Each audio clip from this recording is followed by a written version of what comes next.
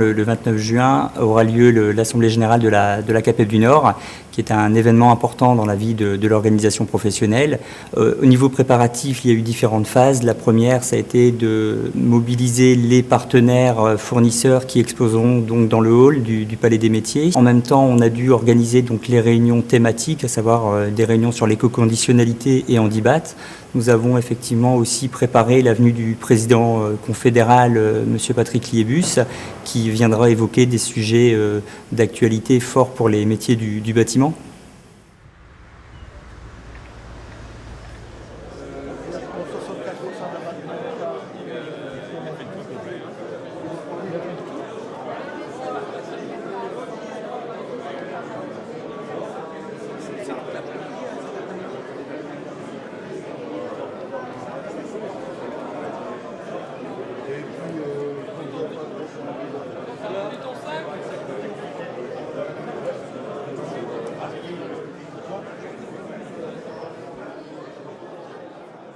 Comment devient-on éco-artisan? Donc l'objectif de tout ça est de faire monter en compétence les entreprises du bâtiment, d'optimiser et de cibler les aides de l'État et de permettre aux consommateurs de mieux se retrouver parmi l'ensemble des qualifications, normes, labels, marques qui existent dans le bâtiment.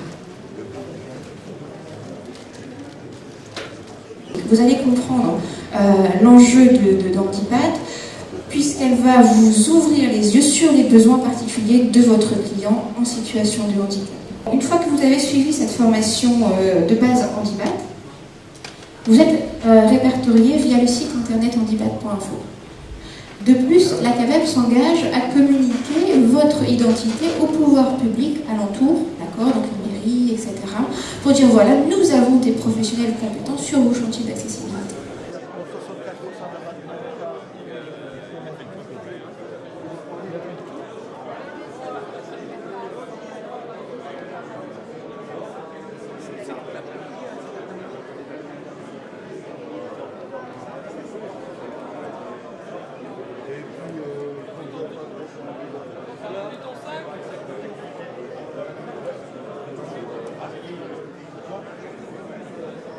L'Assemblée générale de la CAPEB 59 se déroule actuellement, là, en présence de notre président confédéral, Patrick Liébus, que je salue ici. Écoute Henri-Luc, merci de ton invitation, c'était un vrai plaisir de venir à cette Assemblée générale et c'est vrai que j'attendais avec impatience ce moment de pouvoir le partager avec toi, avec tes équipes, les élus, hein, les collaborateurs et de pouvoir en tous les cas échanger sur le fonctionnement de la CAPEB 59. Vous avez, toi et les équipes, vous avez pris les choses en main, vous êtes en train de remonter cette organisation, lui donner de la dynamique, de la force, de la puissance, de la reconnaissance. Et c'est vrai que les adhérents attendent beaucoup de notre organisation, mais il n'y a pas que les adhérents qui attendent, il y a aussi ceux qui ne sont pas adhérents, qui observent notre CAPEB et qui se disent mais cette organisation, quelle est-elle, que fait-elle, est-ce que j'aurais intérêt à aller vers cette organisation? Et l'avantage d'une assemblée générale, du travail que tu fais, toi, tes équipes d'élus, mais aussi de collaborateurs, l'avantage c'est de pouvoir le faire passer, ce message, pendant une assemblée générale. Et c'est fort et c'est pour cela que je souhaitais vraiment être auprès de vous. En plus, vous avez pris des grandes décisions, vous êtes sur une orientation de développement, de partage. Cette organisation est vraiment au service de ses adhérents. Et bien voilà, c'est des temps forts que je souhaite partager, c'est très bien, c'est dans ma façon de faire, d'être auprès, parce que je suis moi-même artisan et que j'ai suivi à peu près tous les cursus, hein, y compris la fonction de président de département, celle que tu occupes, je la connais bien. Et le président confédéral se doit d'être auprès de ses collègues et amis lorsqu'il y a des moments plus faciles, des moments moins faciles et surtout lors d'une assemblée générale. Et c'est de faire passer les messages à toutes les personnes qui sont présentes à ton assemblée générale pour leur dire regardez-les, ils font beaucoup pour vous, soyez auprès d'eux, aidez-les. Je souhaite vous préciser à quel point ce 29 juin est un jour important dans l'histoire de notre organisation professionnelle départementale. Nous venons en effet de réformer nos statuts afin de les harmoniser avec les impératifs confédéraux. Nos nouveaux statuts nous permettront également de mieux répondre à la demande des nouvelles générations et seront même de les convertir au syndicalisme. Nous devons plus que jamais nous entraîner. N'oubliez pas que la CAPEB accompagne les entreprises du bâtiment dans la gestion quotidienne de leurs entreprises afin de servir au mieux leurs intérêts. Pour son investissement, je vous remercie de bien vouloir applaudir notre président confédéral, Patrick Lébus. Merci Henri. Bien, écoutez, mesdames, messieurs, chers collègues, chers amis, merci. Merci de votre accueil, merci de m'avoir invité à cette Assemblée Générale. J'ai pu voir ce matin, en tous les cas, que votre président départemental, les administrateurs et les collaborateurs ont les choses véritablement en main pour faire fonctionner cette CAPEB au combien importante par le nombre d'adhérents, bien importante par les hommes et les femmes qui sont responsables, et importante aussi par les adhérents qui attendent beaucoup de notre organisation et qui se disent, quand ils nous regardent, s'ils sont exemplaires, je serai exemplaire moi-même.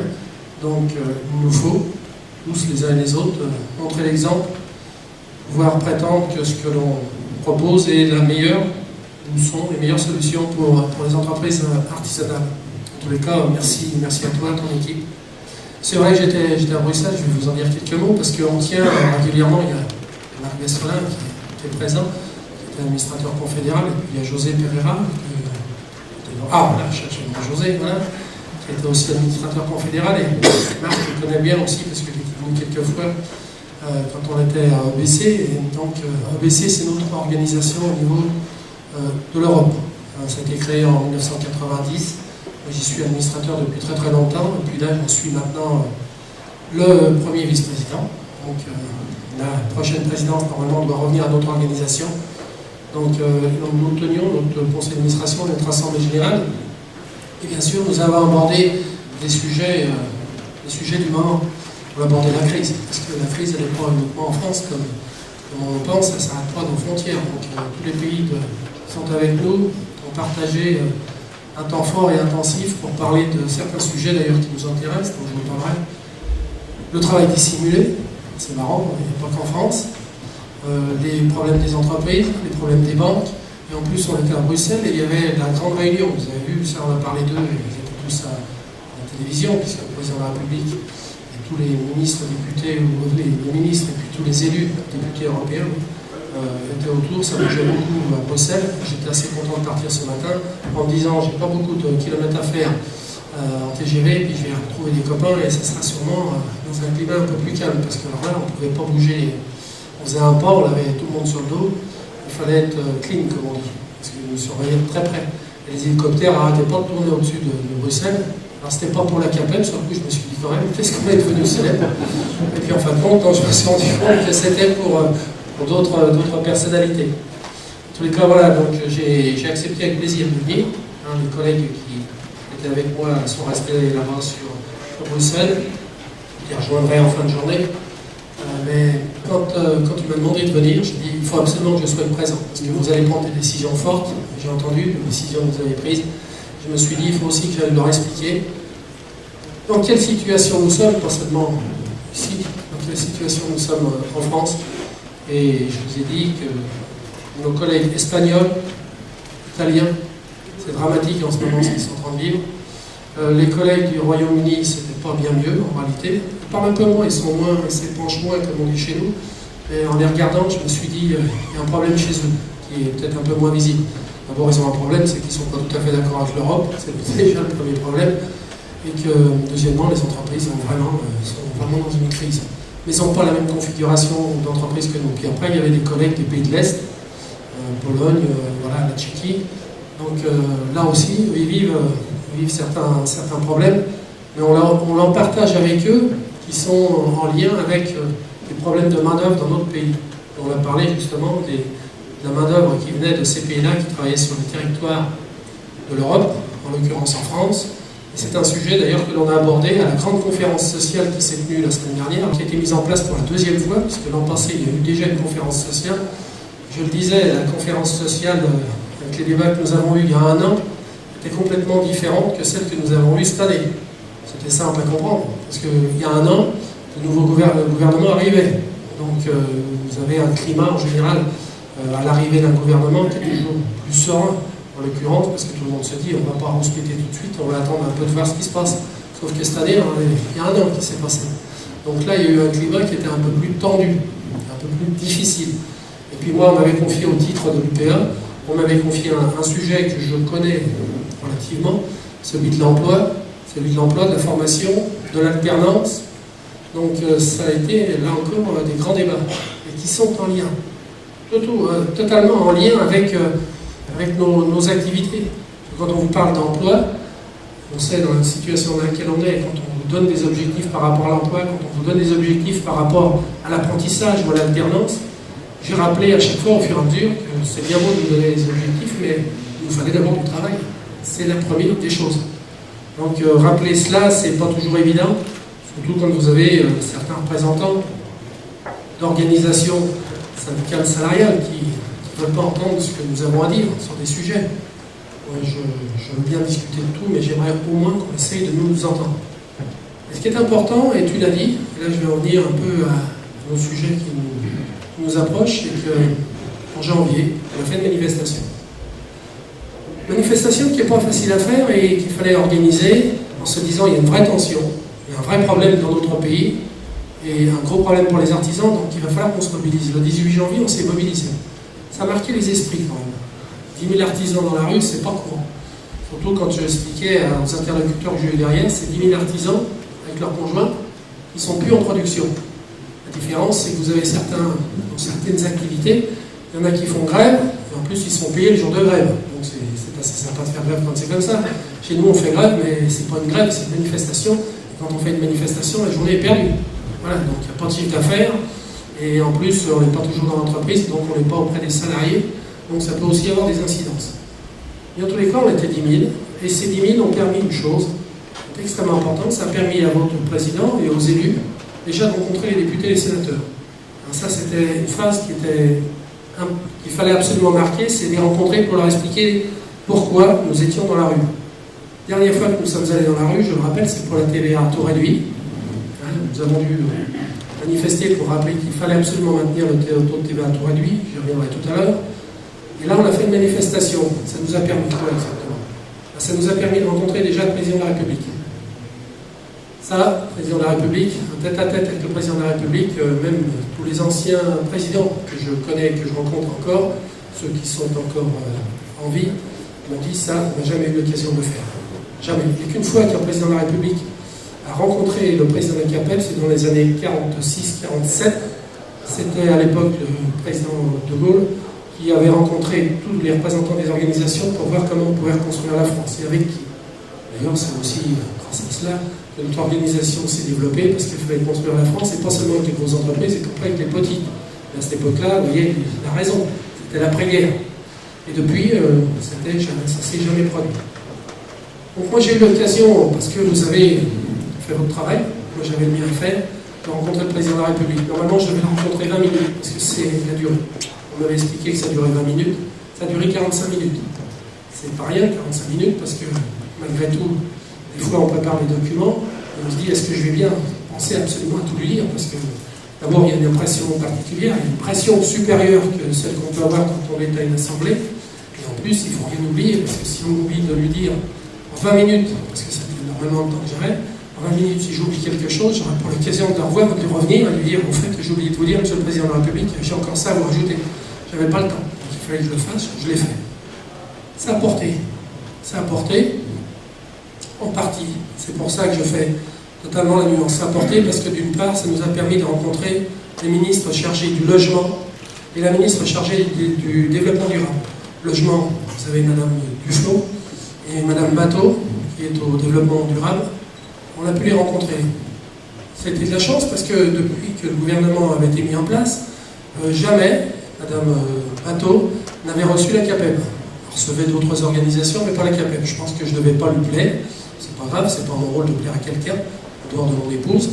Et le restant, c'est d'arriver, en tous les cas, à lui expliquer ce que je vais lui dire concernant nos activités. Je suis arrivé parce que le président de la République lui a rappelé tout simplement qu'il fallait qu'elle soit le président de la CAPEB.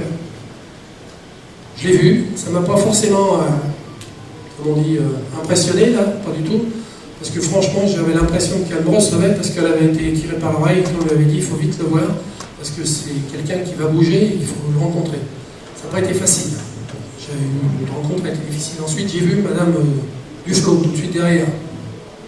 Madame Duflo, la première chose qu'elle me dit, vous savez, c'est à une rencontre, elle me dit alors on fait faire du souci au président de la République. Je lui ai dit oui, bien sûr, si vous aviez fait votre travail, j'aurais pas de souci à faire au président de la République. Ça démarre fort, c'est comme ça. J'avais les conseillers à côté qui me regardaient, qui se disaient quand même, oui, mais en attendant, je pouvais lui dire, parce que c'était la réalité. Alors elle, ça n'a pas duré longtemps, ça a duré 20 minutes. Donc ça voulait dire qu'on n'avait pas grand-chose à se dire, sauf que pour l'instant, le problème il est, c'est qu'il n'y a toujours rien qui apparaît. Et là, c'est le vrai problème, c'est que nos activités sont portées par quoi? Par les motivations qui sont données à nos clients, en leur disant, ben, faites des travaux, vous aurez un accompagnement, vous aurez des avantages, et d'autre part, par les investissements que l'État français veut faire sur le secteur des constructions et du logement. Rien à ce jour en vue, rien de vraiment de porteur. Tout ce qui avait été mis en place, tout ce qui est mis en place actuellement, on n'en verra les effets qu'à 2014. Sauf que 2014, d'ici là, on sera peut-être un peu moins dans la salle, malheureusement. Je dis pas ça pour être un oiseau de mauvais augure, mais le problème il est là. C'est que si on ne trouve pas une solution avant, on va rencontrer d'énormes difficultés. Puis après, j'ai rencontré le Premier ministre. Alors là, cette fois, c'est vrai que je l'ai rencontré un peu plus souvent. Je le vois d'ailleurs la semaine prochaine encore, le 4, oui, c'est la semaine prochaine. Donc je rencontre encore le Premier ministre. Et là, cette fois, je le vois avec l'UPA. Parce que l'Union professionnelle artisanale, c'est notre deuxième maison. Une maison importante. Une maison qui nous permet de porter la voix au niveau de l'ensemble de l'artisanat, qui nous permet de reconnaissance. Là aussi, un appui important. Et on va discuter de certains sujets, et là je vais entrer dans les sujets qui nous importent, c'est qui nous sommes et pourquoi il est temps de trouver des solutions. Alors, qui nous sommes, là, je pense que vous connaissez votre organisation, il y a 380 000 entreprises de notre secteur, des entreprises de moins de 20 salariés. Donc c'est les secteurs qu'on présente. Il y a 100 000 adhérents à la CAPEB. Tout à l'heure, j'ai vu un de vos négociants et je lui ai dit c'est 77 milliards de chiffre d'affaires quand même. D'ailleurs, un chiffre d'affaires qui est en baisse cette année de façon extrêmement importante. Et derrière cela, il y a des salariés. Et on parle d'actifs. Les actifs chez nous, on est à près d'1 million d'actifs. Quand on dit actifs, c'est les artisans, plus les salariés. 1 million de personnes qui travaillent dans le secteur, avec un chiffre d'affaires de ce niveau-là. Et quand on se rend compte que derrière, pour l'instant, rien ne bouge, ça pose quand même un problème. En plus, il y a autre chose qui est importante pour notre organisation. Il y a 85 000 femmes, j'en profite pour saluer ces dames, il y a 85 000 femmes qui travaillent à la gestion de l'entreprise, mais aussi en activité. Il y a des femmes sur les chantiers, ça existe. Et moi, je suis assez fier de voir que dans notre organisation, tous les cas à la CAPEB, au poste de vice-président, on a des femmes qui occupent ces postes. On a eu Dany Bourdeau à un moment donné, maintenant il y a Sabine Basili qui occupe des postes de première importance. Et pas seulement pour s'occuper du social, mais aussi pour s'occuper de l'économique. Donc il faut aussi expliquer à tous nos ministres, au président de la République ou autres, que chez nous il y a des femmes qui travaillent.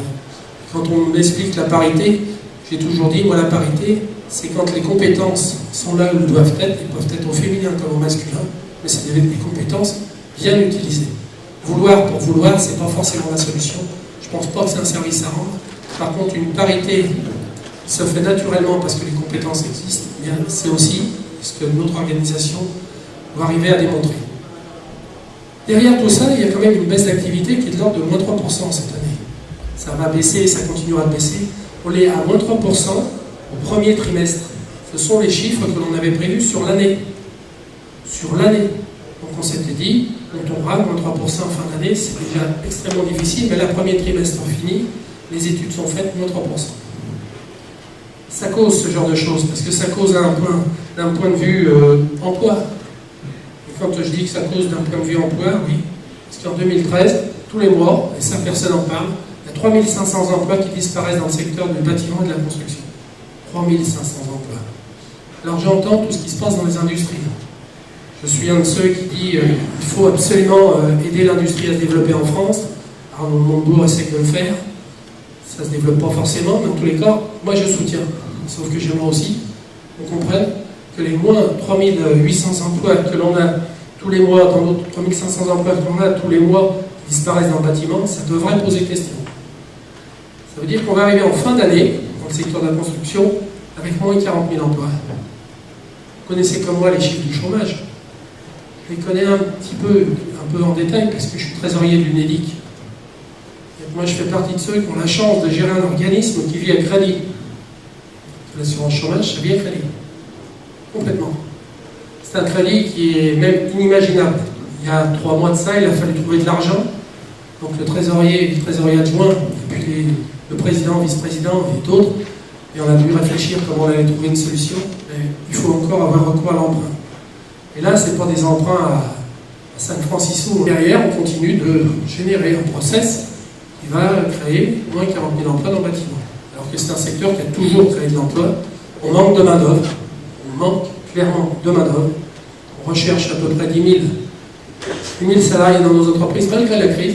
Alors ça paraît paradoxal, parce qu'on recherche des salariés et il y a une difficulté, on en licencie d'un autre côté, oui, parce qu'il y a des départs dans des entreprises, ils se font naturellement par rapport à l'âge, et derrière, il faut bien remplacer les compétences. Et de l'autre côté, il y a des entreprises qui licencient parce qu'ils n'ont plus d'activité, qui ont un certain nombre de salariés qui sont obligés de se défaire de ces salariés. Donc là, il y a un vrai problème. Et ce problème-là, il ne va pas être facile à résoudre. Moi, on m'explique qu'on a trouvé des solutions pour résoudre ce problème-là, c'est ce qu'on essaie de nous expliquer. On a trouvé des solutions. Contrat de génération. Contrat de génération. J'ai rien contre le contrat de génération. Au nom de l'UPA, j'en étais le négociateur. Je trouve assez bien d'ailleurs qu'il y ait un tuteur qui accompagne un jeune dans une entreprise et que ce jeune puisse s'aguerrir au savoir et que derrière, l'ancien puisse un peu, au fur et à mesure, s'écarter du monde de l'activité et passer la main. Et je trouve encore mieux quand ça peut être le chef d'entreprise de l'entreprise artisanale qui peut faire ça pour retransmettre son entreprise. Ça, c'est une superbe idée. Rappelez-vous ce que je vous ai dit concernant la conférence sociale. Devant le ministre Michel Sapin et devant les différents ministres, moi j'ai rappelé le contrat de génération, super, mais il faut du travail. C'est tout. Comment on peut envisager de faire un contrat de génération quand vous avez une vision d'activité à 3 mois pour ceux qui sont super blindés, comme on dirait, ou à 15 jours pour d'autres, c'est pas possible. Un contrat de génération, c'est 3 ans. 3 années pour arriver à passer la main sur le contrat de génération. Après, on a les contrats d'apprentissage. Là, il y a vraiment quelque chose à faire. Conférence sociale, même sujet. Pourquoi les contrats d'apprentissage? Il y a beaucoup de départs des jeunes en apprentissage. C'est la réflexion que j'ai eue de la part d'organisations syndicales salariales qui reprochaient aux artisans, donc à moi pour vous, qui me reprochaient qu'il y avait beaucoup de jeunes qui décrochaient un contrat d'apprentissage. Je leur dis, ben voilà, c'est bien simple. C'est la même réponse que je vais vous donner que celle qu'il y a avec 26% de jeunes au chômage. Pourquoi en France 26% de jeunes sont au chômage? Tout simplement parce qu'ils sont mal orientés dès le départ. Si ces jeunes avaient une orientation bien faite, c'est-à-dire avec un vrai accompagnement, s'ils avaient l'occasion d'aller dans nos entreprises de temps en temps, eh bien s'orienteraient vers les métiers, pas par défaut, mais par envie. Et quand il y a des défaillances sur les contrats d'apprentissage, d'une part parce que l'orientation a mal été faite, ça c'est une évidence. D'autre part, je disais à ceux qui étaient représentants un peu du gouvernement, il faudra peut-être quand même faire une chose. C'est qu'un jeune qui est dans une école, en 3e ou autre, que l'on va orienter, à qui on va dire tu vas aller faire un contrat d'apprentissage, il faut lui expliquer qu'il passe du monde de l'école au monde du travail. C'est quand même autre chose, parce que c'est un vrai contrat de travail, il vient travailler dans l'entreprise. Et quand ce jeune arrive, il se dit mais moi je vais être autant productif qu'à l'école, c'est-à-dire je reste assis, j'écoute, je travaille si j'ai envie, je ne fais rien, personne ne verra rien. Et le jeune, il est déçu de ce genre de situation. Et en plus, un contrat d'apprentissage, ça veut dire que derrière, il y a aussi 2 années, 3 années d'engagement de la part de l'entreprise. Donc toujours carnet de commande. En face, qu'est-ce qu'il y a? On forme 85 000 apprentis par an. Les chiffres importants, et quand j'entendais un peu les réflexions qu'on avait, je leur disais, mais attendez, on n'a pas de leçon à recevoir dans le bâtiment. En tous les cas, pour le bâtiment, on n'a pas de leçon à recevoir. Parce que combien de jeunes on a insérés, on l'a remis dans le monde du travail qui n'y était plus par les contrats d'apprentissage. Sauf que là, maintenant, on a un autre problème, c'est que dans les centres de formation, c'est en chute libre. Je ne sais pas chez vous, je ne sais pas comment ça se passe, mais c'est en chute libre. Cette année, on a moins 20 000 jeunes qui rentrent en apprentissage. Alors on va voir, parce que ça va être la période où ils vont sortir de l'école, mais il y a moins 20 000 jeunes qui rentrent dans l'apprentissage. Donc là, il y a vraiment aussi des questions à se poser. Et j'aime bien parler des vrais chiffres. Quand je parlais du chômage, il faut parler des vrais chiffres. Vous les connaissez, le nombre de chômeurs qu'il y a en France, on dit 3 500 000 personnes qui sont au chômage en France, un peu plus de 2 500 000, 600 000 qui sont indemnisés. Mais la réalité des chiffres, la réalité, c'est combien de personnes en France sont inscrites à Pôle emploi, parce que maintenant c'est Pôle emploi, pour des activités réduites, des activités partielles ou au chômage total. Le vrai chiffre, c'est 5 663 000 personnes en France qui sont inscrites. Ça cause des chiffres comme ça, je m'excuse, mais ça cause, c'est pas dans le bon sens. Et là, il y a un problème. Si on est arrivé à une telle situation, c'est que franchement, il y a des choses qui n'ont pas été faites pour arriver à accompagner nos entreprises. Donc, il faut trouver des solutions et vite trouver des solutions. Alors, pour trouver des solutions, je le disais tout à l'heure, il faut avoir un plan logement qui tient la route. Pas un plan logement qui vous explique que vous allez devoir construire maintenant des maisons. Alors, Cellier, vous vous rappelez du plan de ce qu'était le programme Cellier, qui est devenu maintenant Duflot, je vous ai dit, c'est mi-2014 seulement où ça va bouger. Sauf que quand il y a des contraintes telles que celles qui sont annoncées, je ne suis pas sûr que les investisseurs vont y aller. C'est quand même problématique. Quand vous êtes investisseur, pour vous expliquer que vous allez construire à un coût réduit, en plus vous allez louer ça à un loyer plus que bloqué, et que vous serez tenu à garder les personnes chez vous, je ne suis pas sûr que les investisseurs vont y aller avec le sourire aux lèvres. C'est le problème. Ensuite, il y a eu les histoires des plus-values qui ont largement freiné la reprise et la revente. On a bien vu ce que ça impactait sur les entreprises. Et derrière tout cela, ce programme-là, Habiter mieux, c'est pas celui-là qui va nous permettre de créer des emplois et d'avoir des jeunes. Il y a un autre programme qui est intéressant, mais pour l'instant on aimerait voir comment il va bouger, c'est le programme Habiter mieux. Le programme Habiter mieux, c'est faire que des gens qui vivent en précarité énergétique dans d'autres pays puissent se reloger d'une meilleure façon, puissent nous amener des travaux, parce que c'est des travaux dans nos entreprises. Eh bien, ce programme-là, il a bien démarré, mais c'est vite arrêté. Parce que le problème qu'il y a chez nous, c'est qu'on vous annonce une chose, on vous la donne pendant 3-4 mois, puis après on vous dit non, c'est plus bon, on change, on fait autre chose. Ben, faites comme ça, vous savez très bien ce que ça donne, pour vous comme pour moi, comme pour nos clients. C'est qu'un client à qui vous dites vous allez avoir un avantage fiscal qui se situe à ce niveau-là, vous lui dites 3 mois après, ben non, c'est plus ça, c'est ce niveau-là. Vous lui dites 6 mois après, ben non, c'est encore plus ça, c'est encore en dessous de l'avantage que vous avez, ben, le client il bouge plus. Il bouge plus. C'est la même chose pour le photovoltaïque. Activité quand même qui était porteuse pour notre secteur, dont on l'avait chiffré d'ailleurs, on avait donné un coût de rachat d'énergie qui était beaucoup trop élevé, sauf qu'à un moment donné, on a expliqué qu'il fallait arrêter, et ça a bloqué complètement l'activité. Des entreprises ont disparu. Il y a eu des pertes d'emplois et de salariés dans ce secteur-là, parce qu'à un moment donné, on l'expliquait que c'était trop et qu'il fallait tout arrêter. Et en plus, la communication était extrêmement mauvaise. Voilà ce qu'il ne faut pas faire si on veut éviter des situations telles que celle-ci. Maintenant, je vais aller sur le dur de notre sujet, le sujet qu'on porte, la TVA. Je me rappelle d'un jour où il faisait extrêmement froid à Bruxelles, devant le Parlement. J'avais retiré mes vêtements, enfin pas retiré tous mes vêtements, je vous rassure, mais je m'étais mis un t-shirt, mais il faisait un froid de canard, on était quelques-uns, on était 3-4, et on attendait les ministres, je vous assure que c'est vrai, on a failli se retrouver en prison avec certains de nos collègues. On attendait les ministres et on faisait un peu ce que certains font. On ouvrait rapidement notre veste et on faisait voir qu'on voulait défendre la TVA 5.5. La TVA 5.5, on l'a bien fait, ce matin. Ça a créé plus de 53 000 emplois. Donc, vous avez entendu les chiffres que je vous ai donnés. La TVA 5.5, ça en fait partie. Si les chiffres des pertes d'emplois dans notre secteur vont arriver, c'est aussi parce que la TVA a été remise en cause. Alors, la TVA est passée de 5.5 à 7. On avait prédit que ça aurait des conséquences. Oui, ça en a eu. Parce qu'on est devenu, on a fait une remise supplémentaire au client. On s'est battu à la CAPEB d'ailleurs, ça il faut absolument que tout le monde en soit conscient. Quand la TVA est passée de 5,5 à 7, on s'est battu pour obtenir que vous mainteniez la TVA à vos clients à 5,5 sous condition d'avoir signé le devis et d'avoir touché un acompte. Je peux vous dire que ce n'était pas gagné d'avance. Hein. Il a fallu l'expliquer à Bercy, on l'a ferraillé pour qu'ils le mettent sur le texte, parce que je leur ai dit si vous ne faites pas ça, on pourrait être réactif. On l'a sauvé quand même. Hein, on a sauvé une partie des travaux qui avaient été lancés sur l'augmentation de TVA. Sauf que là, ils ont des superbes idées. Alors il y a eu, rappelez-vous, on change de gouvernement, mais il y a toujours des idées concernant la fiscalité. Il y a eu quand même une annonce prévue de la TVA qui passerait de 7 à 10%.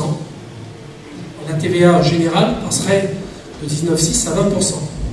Sauf que déjà, on est plus sur 20% sur l'augmentation du taux de TVA général. C'est plus ce que j'entends à Bercy, c'est plus de ce chiffre-là, il est plutôt tendance à être un peu à la hausse. Et la TVA à taux réduit, maintenant, on m'explique que ça va être difficile. Alors, on nous trouve des tas de solutions pour m'expliquer que c'est difficile. Conjoncture économique, il n'y a plus de moyens, sauf que, parenthèse, ils sont réunis là pendant 2 jours pour parler avec les banquiers. Ça m'a vraiment mis hors de moi d'entendre parler pendant 2 jours des problèmes au niveau des banques. C'est ce qui s'est passé à Bruxelles. Hein. Ils ont essayé de trouver une solution pour redonner des moyens aux banques, soi-disant pour créer d'ailleurs une sorte de banque pour les petites entreprises. Voilà de quoi ils ont parlé à Bruxelles.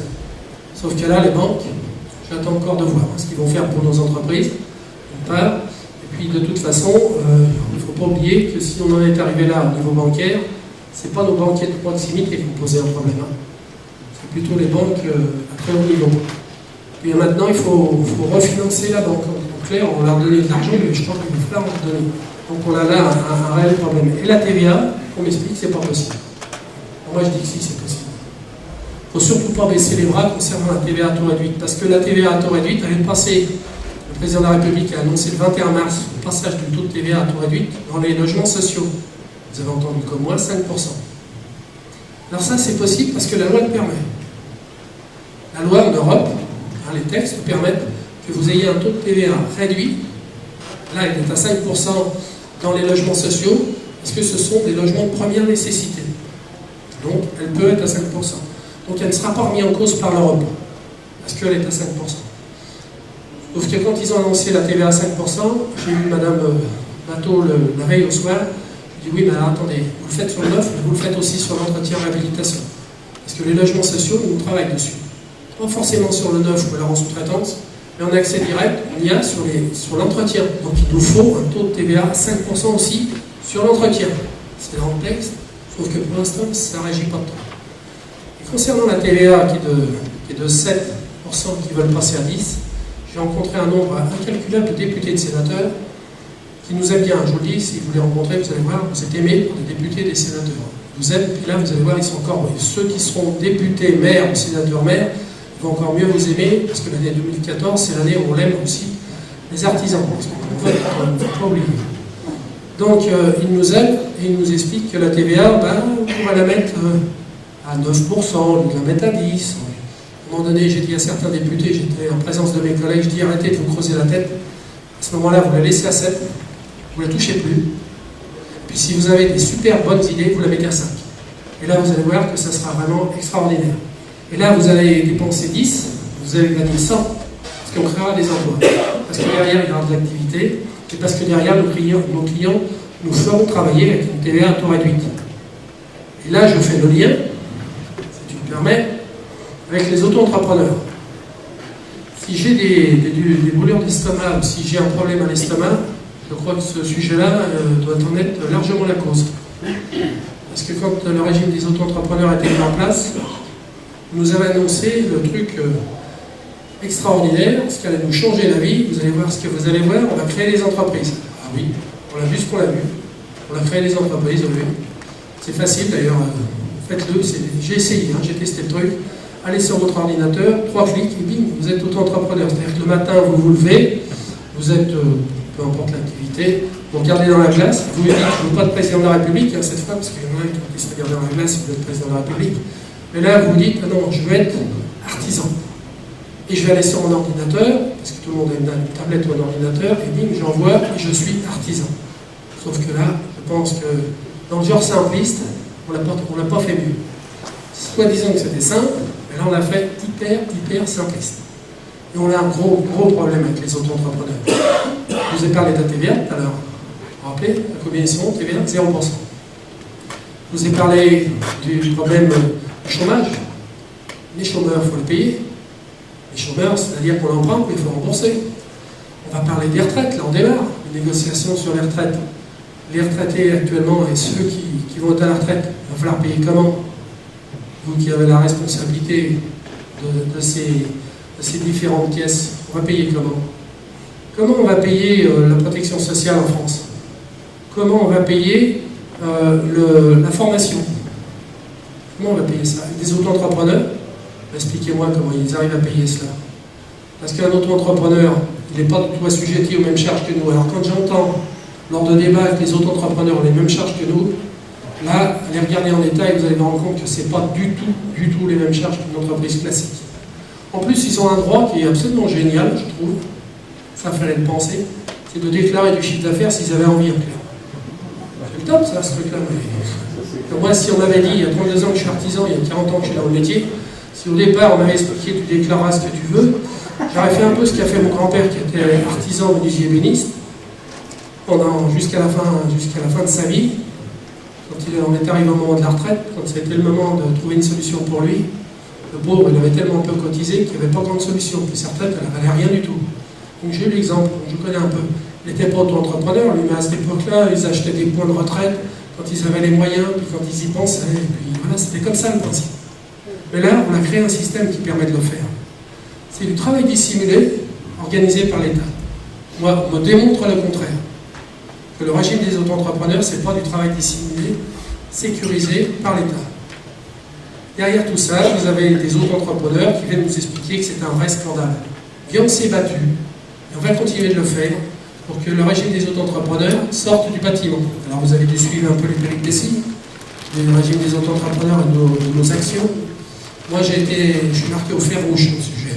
J'ai eu la chance, entre parenthèses, ça m'a fait un peu mal quand j'ai vu ça, sur le Figaro Magazine il y a 15 jours, première page du Figaro Magazine, et il y avait, sur ceux qui bloquent, il y avait marqué les organismes qui bloquent la France, les lobbies qui bloquent la France.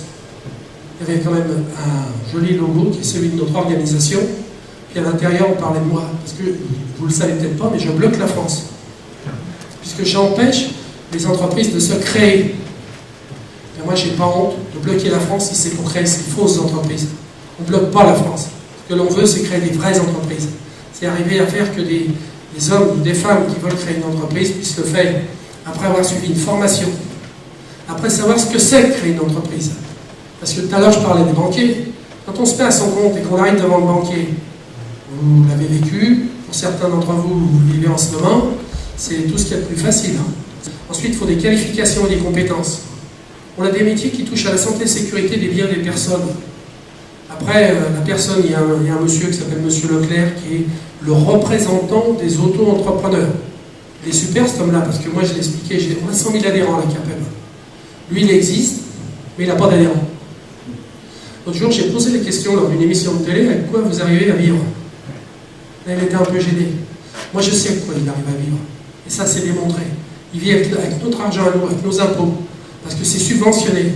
On les subventionne pour venir nous contrer les entreprises artisanales. C'est un profond scandale, ça. J'ai demandé d'ailleurs à ce qu'ils publient les comptes de leur organisation professionnelle. Le président, ce matin, vous aviez le commissaire aux comptes, qui était avec vous, et on est censé publier ces comptes. Logique. Nous, ils sont consultables. Logique. À eux, moi j'attends de voir leur compte. Je voudrais savoir comment cette organisation qui défend les auto-entrepreneurs, de quoi ils vivent, ils financent la formation que vous financez par vos cotisations, par nos cotisations. Ils en profitent. Mais vous, si vous voulez en profiter ou l'utiliser, il faut avoir déclaré du chiffre d'affaires et il existe. Et bien eux, ils ont un avantage, c'est qu'ils peuvent faire des formations sans avoir déclaré aucun chiffre d'affaires. Sur nos fonds, tranquille, c'est à nous. Sauf que là, on a un sérieux problème, c'est qu'il y a de moins en moins d'argent, parce qu'il y a de moins en moins de cotisants, que derrière, on a besoin de former nos salariés ou nos entreprises, et qu'eux, ils ont le droit de le faire sur nos fonds. Voilà un peu tout ce qui est le régime des auto-entrepreneurs. Alors, j'ai dit suppression du bâtiment. On m'explique que ce n'est pas possible, parce que la loi, on passerait au Conseil d'État, il y aurait un problème. D'ailleurs, je demande à voir si on ne va pas aller au Conseil d'État pour vérifier si les auto-entrepreneurs, c'est dans la légalité, le régime des auto-entrepreneurs. Parce que, est-ce que dans un pays de droit, on a le droit d'avoir des personnes qui travaillent à côté de nous, qui ont des avantages que nous n'avons pas? Pour moi, ce n'est pas tout à fait constitutionnel. Mais ça, ce n'est pas à mon niveau, c'est au niveau de l'UPA qu'il faut traiter ce sujet-là. Et maintenant, concernant le régime des auto-entrepreneurs, sa durée et sa disparition. Et on a fait d'autres propositions. À la CAPEB, on n'est pas totalement borné. Quand on n'arrive pas à passer par la porte, nous, on essaie toujours de passer par la fenêtre. On a des très bons serruriers et menuisiers qui nous ouvrent les fenêtres et on rentre. Une fois qu'on est à l'intérieur, on a expliqué. À ce moment-là, il fallait trouver un encadrement au régime des auto-entrepreneurs. Ils s'installent, auto-entrepreneur ou entreprise de droit classique, s'installe obligation d'inscription au répertoire des métiers, ça c'est déjà obligatoire, mais vérification des compétences et des qualifications. Alors compétences, c'est-à-dire le nombre d'années dans le métier exercé, ou le diplôme qui permet de pouvoir rentrer dans l'activité d'artisan d'ailleurs, classique, comme d'auto-entrepreneur. Obligation, non seulement de le dire, mais de le vérifier. C'est dans le texte. Deuxième obligation, qui est importante, je le disais, on est dans les assurances chez nous. On a aussi le problème des assurances décennales, responsabilité civile ou biennale. Obligation pour toutes les entreprises. Parce que si je demandais que pour les auto-entrepreneurs, ça posera un problème. Obligation de vérifier au moment de l'installation s'ils sont assurés. Parce qu'il y en a beaucoup qui ne sont pas assurés. Il y a même des artisans qui ne sont pas assurés. Ce n'est pas leur rendre service. Y compris la responsabilité civile professionnelle. Non obligatoire d'après les ministres. Oui, elle n'est pas obligatoire. Quand vous expliquez à un ministre, voire un Premier ministre, ce que j'ai fait, que la responsabilité civile professionnelle, elle correspond quand même à quelque chose. C'est quand vous travaillez chez un client, que vous lui mettez le feu chez lui par hasard, en soudant, que vous faites une installation électrique et qu'il y a un désordre derrière, mais qui n'est pas de l'ordre de la décennale, que vous lui cassez son joli pot de fleurs classé monument historique, vous lui cassez une vitre, vous blessez quelqu'un, ça c'est de la responsabilité civile professionnelle. Donc il faut absolument s'assurer. Alors maintenant, sur nos devis, on va devoir indiquer si on est assuré, nous devons le faire aussi. Et s'ils arrivent à s'assurer, j'ai vu que tu avais des partenaires de l'assurance qui étaient là, s'ils arrivent à s'assurer, ça veut dire qu'ils font du chiffre d'affaires. Parce que quand l'assurance décennale, responsabilité civile ou autre, vous la payez, vous connaissez comme moi les chiffres, et plus vous avez de salariés, plus ça vous coûte cher, et plus vous faites de chiffres, plus ça vous coûte cher. S'ils arrivent à payer ça, ça veut dire qu'ils sont artisans comme nous. Troisième niveau, auto-entrepreneur en activité secondaire. C'est-à-dire vos salariés en activité d'auto-entrepreneur. Ça existe. Vous ne le savez peut-être pas, mais moi un jour je suis tombé sur un chantier, un samedi, qui finissait quelque chose que le client m'avait retiré sur le devis. Le client m'avait rayé et c'était mon gars qui le faisait le samedi. Je l'ai licencié, je vous le dis, je l'ai licencié. Je l'ai licencié pour la bonne et simple raison, c'est qu'il me faisait ça depuis un moment, j'ai vérifié avec d'autres clients, et ça m'a coûté quand même de l'argent. Et en plus, il retirait du travail à ses collègues dans une période où on avait du mal à trouver du boulot. Eh bien, j'ai demandé que maintenant, tout salarié dans une entreprise, privée ou publique, qui est auto-entrepreneur, en activité secondaire, est obligé de le déclarer à son chef d'entreprise. Dans le texte qui est prévu, vous l'avez obtenu, que le maximum de l'installation au régime des auto-entrepreneurs, c'était 2 ans. C'est 2 ans. Donc la première année, ils vont tester pour voir si ça marche. La deuxième année, on les prend en main, on les fait basculer en fin de deuxième année. Et ils deviennent entreprises de droit classique. Comme vous, comme moi, ils redeviennent un droit classique. Donc micro-BTP est l'outil parfait. Je le disais tout à l'heure à la représentante de micro-BTP dans le département, on va avoir 2, voire 3 départements qui vont être des départements de test via le ministère avec, pour une fois, on va avoir des subventions, d'après ce que j'ai cru comprendre, ils vont les prendre chez nous, peut-être dans notre poche, et ces subventions vont permettre de tester l'Institut des créateurs entrepreneurs d'entreprise, dans le cas des auto-entrepreneurs, comme dans le cas des jeunes qui s'installent ou qui veulent créer une entreprise. Ce sont des petites avancées. Maintenant, il y a le mois de septembre. On vit depuis des mois et des mois la pluie, quelquefois des orages. Mais là, je vais annoncer, et je vous le dis, au mois de septembre, il va y avoir un avis de tempête dans le secteur du bâtiment, dans le secteur de l'artisanat du bâtiment et de la CAPEB. On lance un mot d'ordre de mobilisation. Il est lancé, le président l'a reçu, les présidents l'ont reçu, les administrateurs confédéraux l'ont reçu, les collaborateurs, secrétaires généraux l'ont reçu. On fait une manifestation le 13 septembre dans les départements pour se faire entendre. Et 10 000 on était au mois de janvier. Si on est moins de 10 000, on les ridicule. Là, on n'a plus qu'à aller se cacher dans un coin et éviter de se faire entendre. Il faut qu'on soit plus. Il faut qu'on parle au nom des artisans qu'on représente, mais il faut qu'on parle aussi au nom des jeunes qui sont dans nos entreprises ou qui reprennent nos entreprises. Il faut qu'ils soient avec nous et qu'ils se fassent entendre pour qu'on essaye d'obtenir encore des avancées. Parce que la loi de finances sur la TVA va être discutée à partir de septembre. Eh bien, il va falloir qu'on se mobilise, je vous le dis. Il ne faut pas attendre des autres ce qu'on peut faire soi-même. Si à un moment donné, la mobilisation, c'est pas cassé. Je le rappelle, je l'ai déjà dit plusieurs fois, nous on n'est pas des classeurs, on n'a pas l'habitude de faire des manifestations. Mais par contre, on va se faire entendre sur toute la France. Il y a une mobilisation déjà qui est entamée, qui est déjà partie dans beaucoup de départements. Il va falloir que vous vous mobilisiez de la même façon. Vous, mesdames, qui êtes dans les entreprises avec nous, il va falloir nous aider aussi à ce qu'on puisse le faire. Parce que si on ne se fait pas entendre maintenant, c'est foutu. C'est foutu pour l'année 2013, ça c'est une évidence. C'est foutu pour l'année 2014. Vous savez ce que les meilleurs économistes disent, ça repartira qu'à fin 2015. Si ça repart qu'à fin 2015 dans un secteur de proximité comme nos entreprises, c'est terminé. On ne pourra plus rien faire. Et on n'arrivera plus à faire face à nos obligations. On n'aura plus de clients qui voudront nous demander de faire des travaux. Continueront d'aller vers les auto-entrepreneurs, avec qui pourront travailler à 0% de TVA, avec qui paieront la moitié de la facture, avec une TVA à 0%, c'est génial, et le restant, non déclaré, encore mieux. Parce que et en plus, il y a l'alarmisme qui va avec, quand on ne déclare pas, parce que les auto-entrepreneurs font une remise supplémentaire. Voilà, alors si vous voulez qu'on arrive à se faire entendre, si vous voulez que notre organisation porte haut la voix, si vous voulez qu'on puisse être respecté, parce que c'est ce que je dis maintenant, il faut nous respecter, il faudra absolument qu'on se mobilise. Je ne fais pas ça par plaisir, mes collègues, les 28 administrateurs confédéraux, n'ont pas décidé ça par plaisir, c'est simplement qu'on vous a consulté dans les départements, tous, on vous a écrit, on vous a demandé ce qu'il fallait faire, parce que c'est vraiment, c'est très dur, c'est dramatique dans certaines entreprises, on nous a dit qu'il faut manifester. J'ai dit on manifeste pas au mois de mai, parce que c'est un mois où on travaille déjà pas beaucoup, on manifeste pas au mois de juin, parce que vu le temps qu'on a eu, on a peut-être intérêt quand même à essayer de travailler, mais à partir de 13, une journée de mobilisation dans les départements, pour faire entendre la voix de ceux que l'on représente. N'oubliez pas, 380 000 entreprises, 100 000 adhérents et près d'1 million d'actifs. Merci.